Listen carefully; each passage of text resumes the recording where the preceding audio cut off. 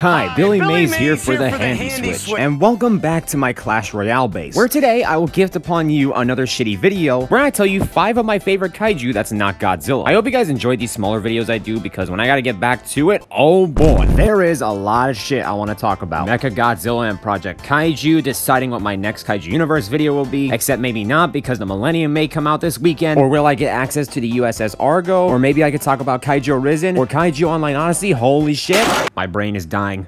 Send help. Before I get into the actual list, there's a few things I want to mention beforehand. First of those being, none of the kaijus on this list are like going from favorite to most favorite. They're all here for the same reason. I really like them. The only other thing I want to mention is a few kaijus that could have made it on this list. However, they did not make it on here. So here are a few honorable mentions. While Titanus Rodan is very fucking annoying in Kaiju Universe, this is by far my favorite Rodan design. And come on. Bad grit. Nice call. Skullcrawler / Skull Devil are absolutely terrifying. And here I am thinking that the small ones were scary enough. Singular Point Anguirus. I don't know if this is a hot take, but this thing is literally heavily armored and has reflective powers. Like, that's awesome. I'm gay. And for the last honorable mention, we have Heisei Gamera. Yes, a fire-breathing flying turtle is ridiculous, but you know what else is ridiculous? A laser-shooting dinosaur. So, without further ado, let's get right into 5 of my favorite kaijus. I hope you all enjoy.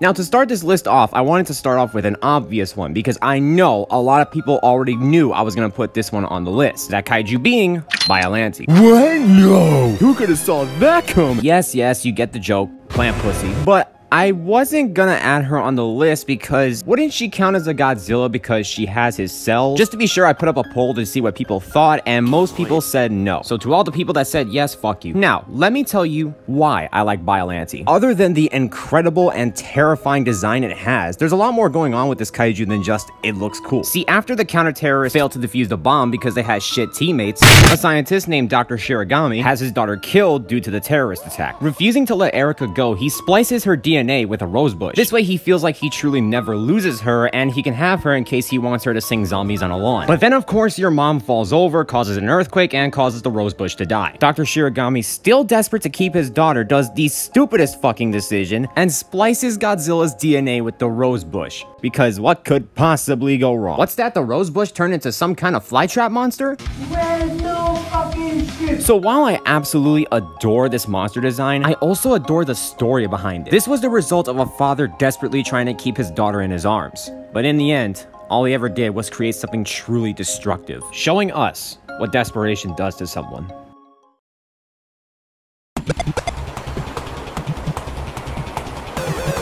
Now, I think we can all hold hands and agree that Gigan already is a pretty cool monster. Being the assistant of the Cetopian god Megalon, while also leaving him to die. Being the first kaiju to make Godzilla bleed, and an absurd design that makes him look like a walking knife. And then he came back in Final Wars, and Jesus Christ, he came back with a hell of a makeover. If you already liked Gigan's design, then this is probably a fucking DLC expansion for you. In Final Wars, was a monster that attacked long ago, but was defeated by Mothra, only to be reawakened by the Exilians to cause havoc once again, coming back being the same walking knife he was before, except now he looks like he's about to kill 4 turtles, ditching the green color for a dark blue, having hook hands, a laser that scatters like a shotgun, and a fucking chainsaw in his stomach. What's next? He has chainsaw hands? Bitch, you get Hell, if he can't get you with his sharp knives, he'll definitely pull you in with his... Wait, his what? Grapple hooks. You get the idea. I really love this version of Gigan. This design just screams destruction. However, I do know a kaiju that may have a lust for destruction way more and is way more sinister than Final Wars Gigan. Oh yeah, since this is Final Wars, Gigan has to die now because it's been like a minute or two. Oh shit!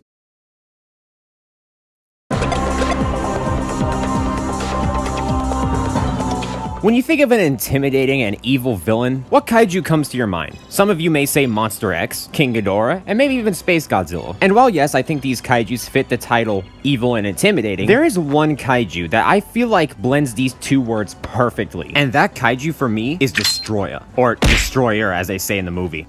Destroyer.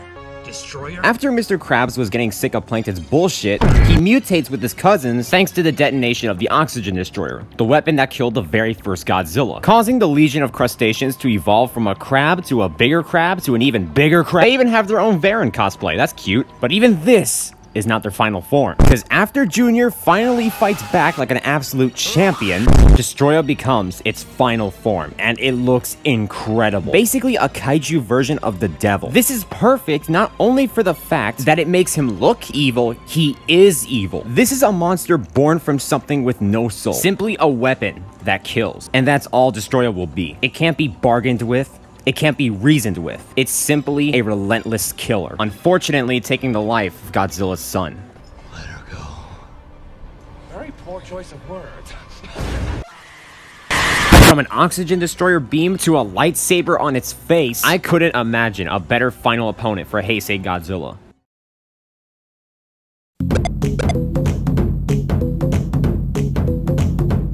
When I had the very idea of making this video, I knew I wanted to put a Kong on this list. Although, the question for me was, which one would it be? Definitely not Kiko, that's for sure.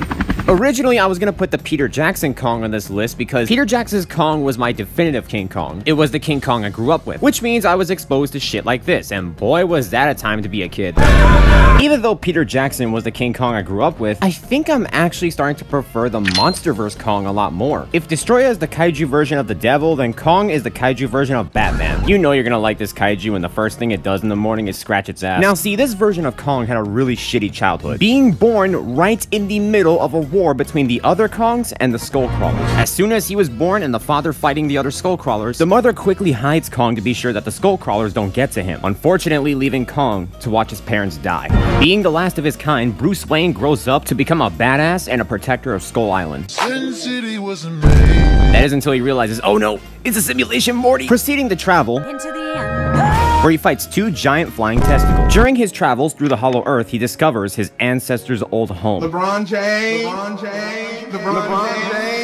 There are no other Kongs. The only thing that was left behind was a weapon made from a Godzilla dorsal plate. Turns out the Skullcrawlers weren't the only species that the Kongs were at war with. And it's honestly just so epic. I thought Kong already was a badass, but then giving him a weapon made from a Godzilla dorsal fin makes it even cooler. It gives the fight between him and Godzilla have a lot more meaning. Both of their ancestors were enemies, and they have a score to settle. Hey, that axe was made for my nephew Billy, dipshit. You get it though, Kong is just an awesome and sympathetic monster. And to my fellow Godzilla fans, if you respect Godzilla but don't respect Kong,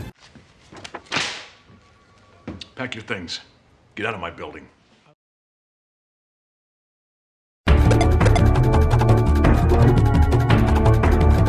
So now here we are, the last of my favorite kaijus that's not Godzilla. Well, it's sort of a love-hate relationship. It's a kaiju that scared the living shit out of me as a child, and that kaiju is Orga. This monster, to me, is absolutely terrifying. There's a handful of kaiju I mentioned that are pretty scary, but oh my god, that CGI is terrible. So it turns out Patrick Starr's house is alive and is actually a UFO for an alien race called the Millennials. The second they rise from the ocean, they're immediately interested in Godzilla's DNA, aka Organizer G1. You think you're strong, boy, but I am stronger!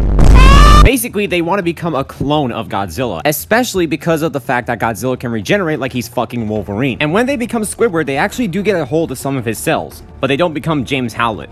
They become this thing. This kaiju just looks like an experiment gone wrong. A monster hunched over with large hands, crooked teeth with those yellow eyes staring at you in the darkness. It's terrifying not just by how it looks, but also how it sounds. Like, you know what? I'm gonna play the sounds that Orga makes, and you can judge for yourself if you think it's terrifying or not. Because to me, it sounds like it came from hell.